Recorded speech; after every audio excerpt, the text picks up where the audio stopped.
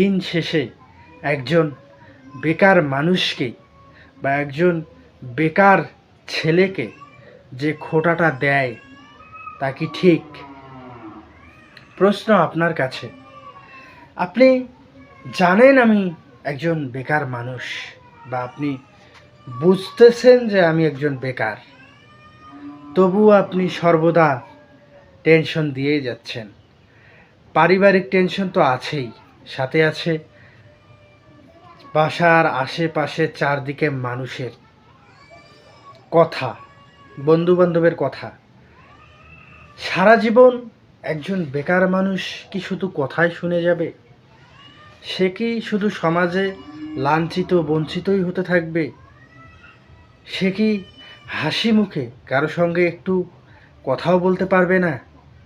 কথা বলাটাও কি তার অপরাধ হয়ে গিয়েছে?